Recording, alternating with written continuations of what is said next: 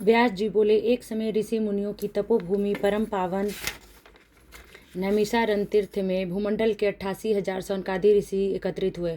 उन्होंने श्री सूत जी से पूछा, हे महामुने, आपने अनेक पुराणों की दिव्य तथा दुर्लभ कथाएं हमें सुनाई हैं। अब कृपा करके कली काल की अल्पायु भोगी मानव जाति के हित साधन के लिए सरल, प्रभावशाली एवं तत्काल फल देने वाले व्रत की कथा सुनाइए, जिससे अकाल मृत्यु, दरिद्रता, रोग, सर्प भय, शोक, अपवित्रता तथा ज्ञान आदि दूर होकर भगवत भक्ति, धार्मिक एकाग्रता तथा पवित्रता प्राप्त होकर मन को शांति मिले। ऋषि मुनियों की उत्सुकता देखकर सूत जी बोले, हे मुनियों, आप सबने अत्यंत मनोरम लोक हितकारी प्रश्न पूछा है। इससे पूर्व यही प्रश्न एक बार धर्मराज के अवतार श्री युधिष्ठिर ने भगवान श्री कृष्ण से पांडवों की सभा में किया था। युधिष्ठिर ने कहा, हे प्रभु, आपके सत्संग लाभ के फलस्वरूप मुझे अनेकों व्रत कथाओं तथा धर्म के पावन स्वरूप का ज्ञान प्राप्त हुआ है। अब कृपा करके मनुष्य को पुत्र प्राप्ति सहित संपूर्ण कामनाओं को सिद्ध करने वाले कोई ऐसी कथा सुनाए जो कली काल में मानव जाति के लिए सरल तथा अल्प श्रम वाली हो। भगवान श्री कृष्ण ने युधिष्ठिर से कहा, हे राजन, आपकी जिज्ञासा को शांत करने के लिए मैं एक अत्यंत प्राचीन ऐतिहासिक कथा कहता हूँ।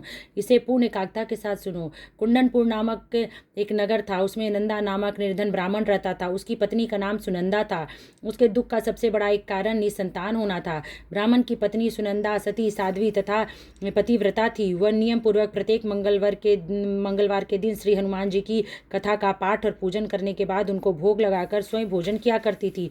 काम की अधिकता से एक मंगलवार को वह हनुमान जी को भोग न लगा सकी। सायंकाल के समय जब उसे याद आई तो वह अत्यंत दुखी हुई और उसे पश्चाताप भी हुआ कि आज पूजन, व्रत तथा भोग इत्यादि कोई भी नियम पालन नहीं हो सका। अंतः एव उसने भी अन्न जल ग्रहण नहीं किया और अब अगले मंगलवार को हनुमान जी का व्रत तथा भोग लगाकर ही अन्न जल ग्रहण करूंगी, ऐसा प्रण करके वह दुखी मन से सो गई। वह प्रतिदिन हनुमान जी का स्मरण कर भोजन बनाकर पति को खिला देती, पर स्वयं भोजन नहीं करती थी। इस प्रकार उसने 6 दिन व्यतीत कर दिए, किंतु दुर्बल होने के कारण मंगलवार के दिन वह प्रातःकाल ही मूर्छित होकर गिर पड़ी। उसकी इस निष्ठा और भक्ति भाव से प्रसन्न होकर हनुमान जी उसके सम्मुख प्रकट होकर बोले, हे सुनंदे, मैं तेरी भक्ति से अत्यंत प्रसन्न हूँ, तू वर मांग। सुनंदा बोली, हे भगवान, मेरे कोई संतान नहीं है, अंतः एव कृपा करके मुझे संतान प्राप्ति का वर दें। श्री हनुमान जी बोले, तेरी अभिलाषा पूर्ण होगी और तुझे ऐसी कन्या रत्न की प्राप्ति होगी जिसके अष्टांग तुझे प्रतिदिन सोना दिया करेंगे। ऐसा वर देकर हनुमान जी अंतर्धान हो गए। श्री हनुमान जी की कृपा से वह ब्राह्मणी यथा समय गर्भवती हुई और 10वें महीने उसे एक कन्या रूपी रत्न प्राप्त हुआ। 10वें दिन ब्राह्मण ने कुल पुरोहित बुलाकर कन्या का नामकरण संस्कार किया। पुरोहित ने जन्म नक्षत्र तथा राशि के अनुसार कन्या का नाम स्वर्णा रखा। कन्या के पूर्व जन्म के संस्कार बड़े उत्तम थे और उसने पहले जन्म में मंगल देव का विधि विधान से व्रत व पूजन किया था।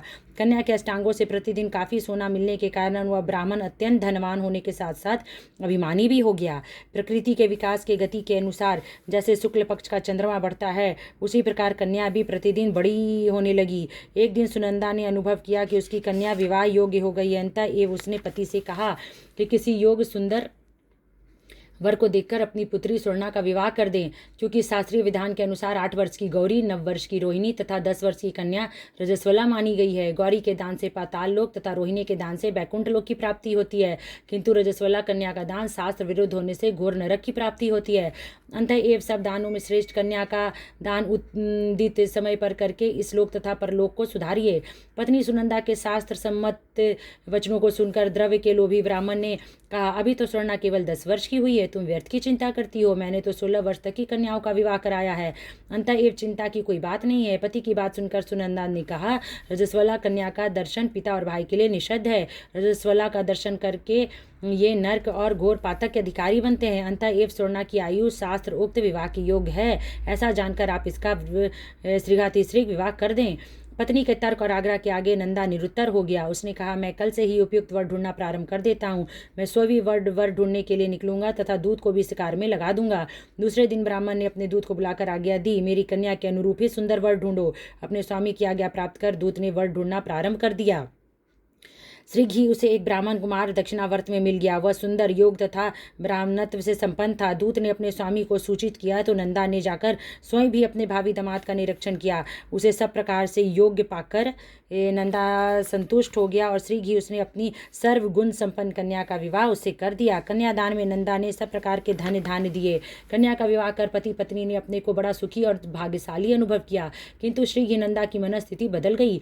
सोने के लोभ के वशीभूत होकर वह विचलित हो गया। उसने विचार किया कि कन्या का विवाह तो मैं कर ही चुका हूँ, कल प्रातः ही यह अपने पति गृह प्रस्थान करेगी। इस प्रकार अब मुझे पुत्री स्वर्णा के अष्टांग से निकलने वाला सोना प्राप्त नहीं होगा। अब यह स्वर्ण इसके पति अर्थात जमाता सोमदेव को प्राप्त होगा। मेरे द्वारा रचित किया हुआ धन कन्या के वस्त्र आभूषणों आदि में व्यय हो गया। शेष बचा हुआ धन भी कुछ समय में खर्च हो जाएगा। निश्चय ही इस कन्या का विवाह करके मैंने बड़ी भूल की है। अब एकमात्र यह उपाय है कि कन्या को किसी प्रकार पति गृह जाने से रोककर अपने ही घर में रखा जाए। इस पर विचार करते करते नंदा रात भर जागता रहा। अंत में उसने धर्म के विरुद्ध जाकर एक भयानक निर्णय किया कि जब कन्या को लेकर सोमदेव अपने घर के लिए प्रस्थान करेगा तो मार्ग में छिपकर उसका वध कर दूंगा और कन्या का स्वर्णा को समझा बुझाकर अपने घर ले आऊंगा। विधवा निराश्रय पुत्री को घर पर रखने के कारण समाज भी मेरी निंदा नहीं करेगा और स्वर्णा से मुझे पहले की तरह नियमित सोना प्राप्त होने लगेगा। प्रातःकाल सुमुहूर्त विचार कर नंदा और सुनंदा ने जमाता तथा कन्या को धन धान से संतुष्ट कर प्रसन्नचित सभी स्वजनों के सामने विदा किया।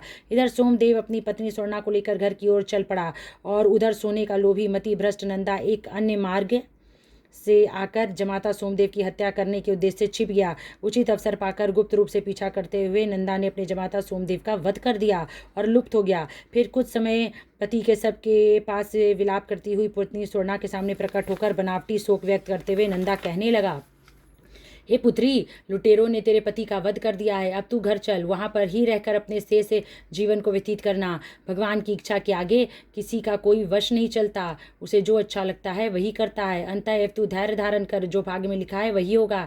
इसमें किसी का कोई दोष नहीं है। पिता के कपट नीति वचनों को सुनकर स्वर्णा बोली, हे पिता, इस संसार में पति विहीन नारी का जीवन व्यर्थ है। मैं अपने कर्तव्य का पालन करूंगी। माता पिता तथा सास ससुर के यश को बढ़ाने वाले धर्म का पालन करते हुए अपने पति के साथ मैं सती हो जाऊंगी, परंतु लौटकर घर नहीं जाऊंगी।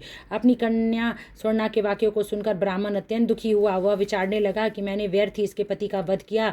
मेरा धन प्राप्ति का अभिष्ट तो सिद्ध होता दिखाई नहीं देता।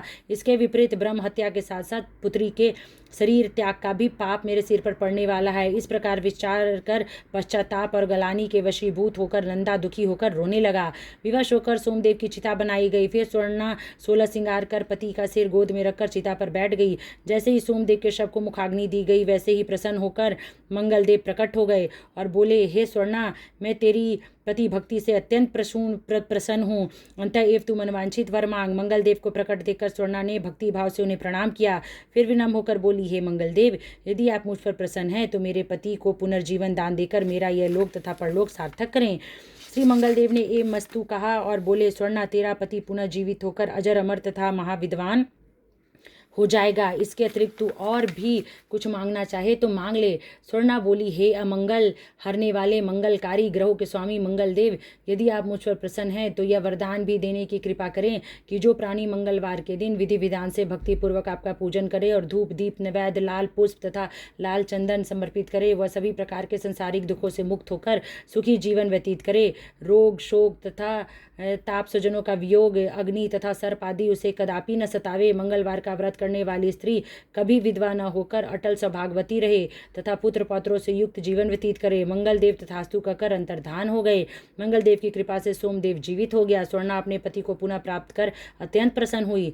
तत्पश्चात सभी अमंगलों का नाश करने वाला मंगलदेव का विधि विधान से पूजन व व्रत का पालन करते हुए पति पत्नी सुखी जीवन व्यतीत करने लगे। बोलो बजरंगबली की जय।